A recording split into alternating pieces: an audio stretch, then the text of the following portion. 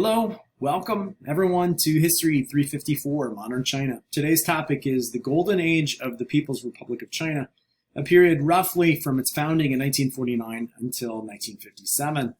What makes this a golden age for communism in China is the party's success in a number of areas, such as consolidating political control through all levels of society, launching social and economic reforms, stamping out a number of problems that had plagued China in the 20th century, such as inflation or corruption, opium addiction, and other criminal activity. That's all going to end in 1957 as new mass campaigns in response to the 100 Flowers movement are launched, and a program for rapid industrialization that's going to put China on par with the major industrial powers of the world fails badly and creates enormous tragedy in the late 1950s.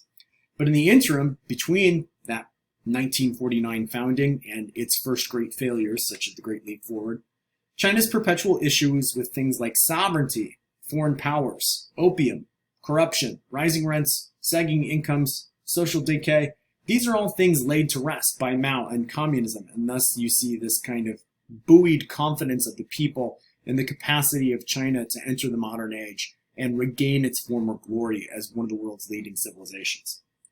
Especially in the years from 1949 to 1953, the Chinese Communist Party, the CCP, enjoyed widespread popular support in many cities for the building of a new China.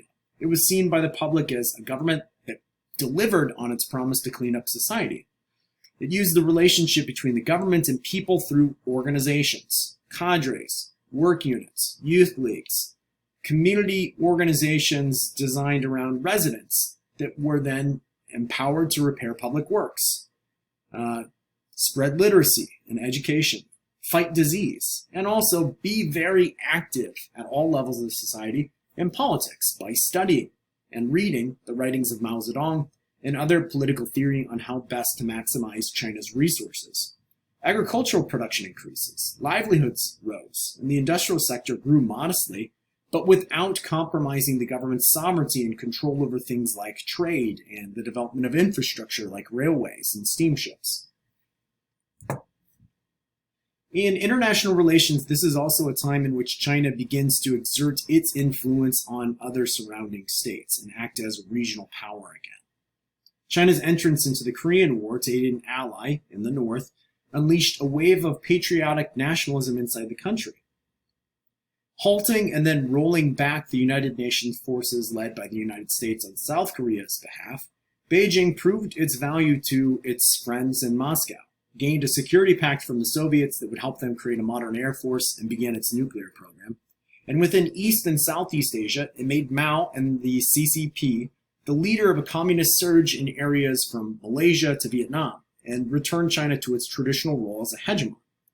Inside China, the regime's prestige swelled. The public was very proud in matching the military might of the world's most powerful capitalist nation on the battlefront.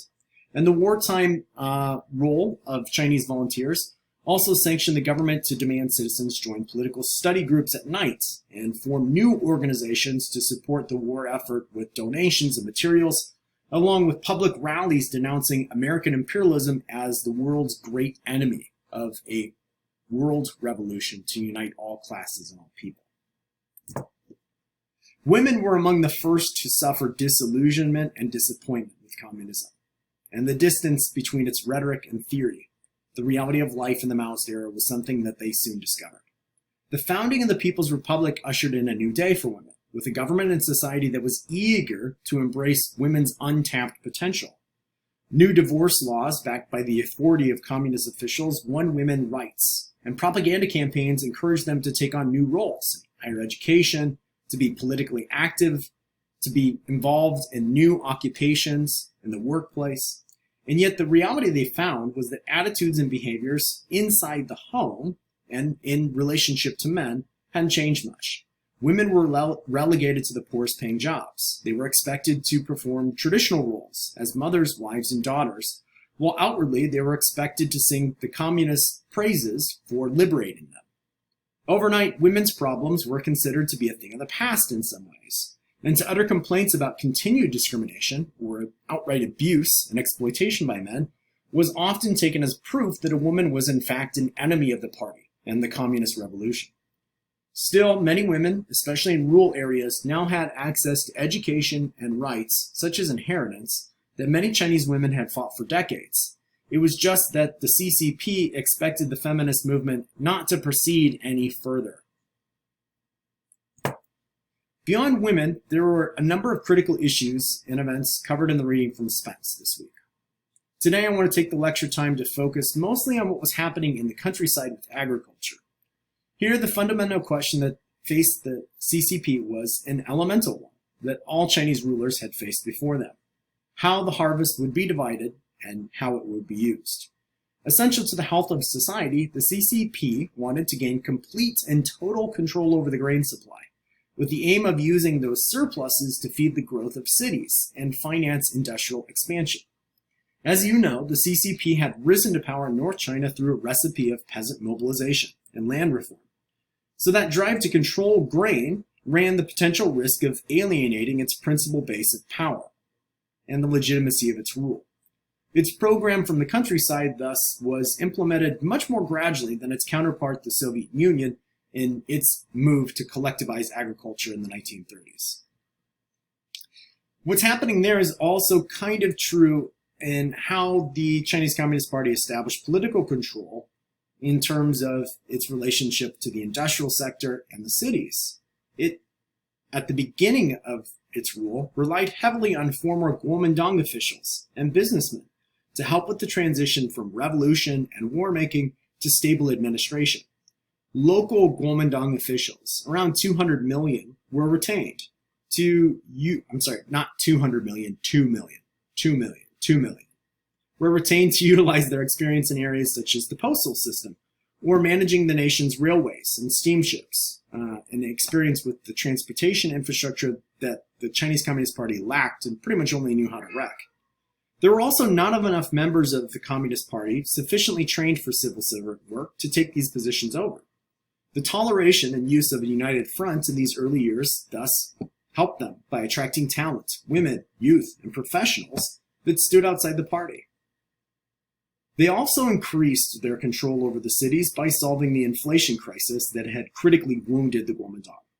The CCP in the early 1950s also was able to attract salaried professionals and save the middle class, basically saving them from having their savings and incomes ruined by inflationary prices. Beijing did so by completely taking over the banking system to gain control over the nation's credit system, and then began paying a lot of personnel not in wages and money, but instead in basic commodities, giving them things like grain, oil, and cloth. The public's confidence then was reassured. Trade associations were created to bring order to the distribution of goods and their market value, and salaries and prices were finally brought back into a relationship that made sense again.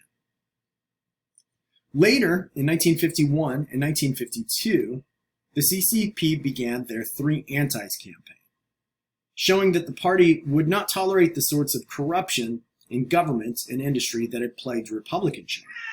Working with employees, the campaign created an atmosphere of terror, where workers charged employers with committing crimes such as bribery and tax evasion. The CCP gained control over capital and factories and made the urban middle class fearful and eager to demonstrate their loyalty and prevent themselves from being brought to public trials and shamed and humiliated in front of their colleagues, their co-workers, and their communities. With inflation under control and urban Chinese cowed into submission, Beijing would launch the first 5-year plan from 1953 to 1957, which was quite a success. Closely modeled on the Soviet line for state-controlled development of heavy industry, much of it was led by holdovers from the Kuomintang's National Resources Commission, which we mentioned last time.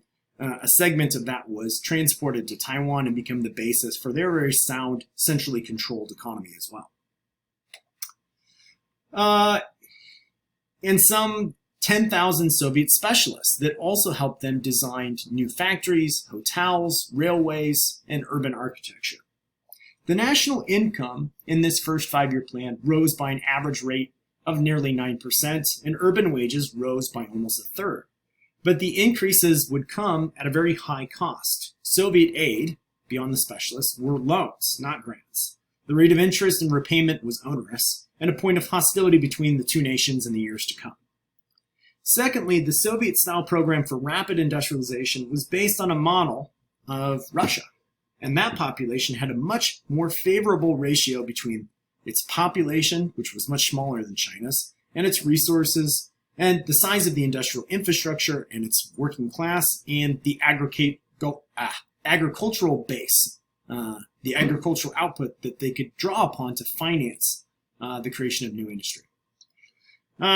Essentially, the Soviet model required siphoning off the resources of the countryside to fuel the gains of cities and factories to service the proletariat and its interests. All of which is to say that the transformation of the Chinese countryside would take place in a series of stages that were developed in the interests of industry in the cities. First, in North China, these practices were then exported to the Yangtze Valley region and other areas of the country. In the first stage, Chinese farmers were organized into mutual aid teams to work together and go through political indoctrination. The second stage saw the formation of large agricultural producers' cooperatives, where land, equipment, animals, tools, and other resources were all pooled together, but a person was given a proportion of the returns based on the harvest and what they made that year, based on what they had invested, their contributions. Thus, wealthier peasants did not feel threatened since they continued to profit and do well. Meanwhile, land redistribution gave former tenant farmers and landless laborers private ownership of their plots. The first two stages were later called by many villagers a honeymoon period. Land sales continued to benefit wealthier families. Sideline production, meaning women making cloth or raising livestock, was flourishing.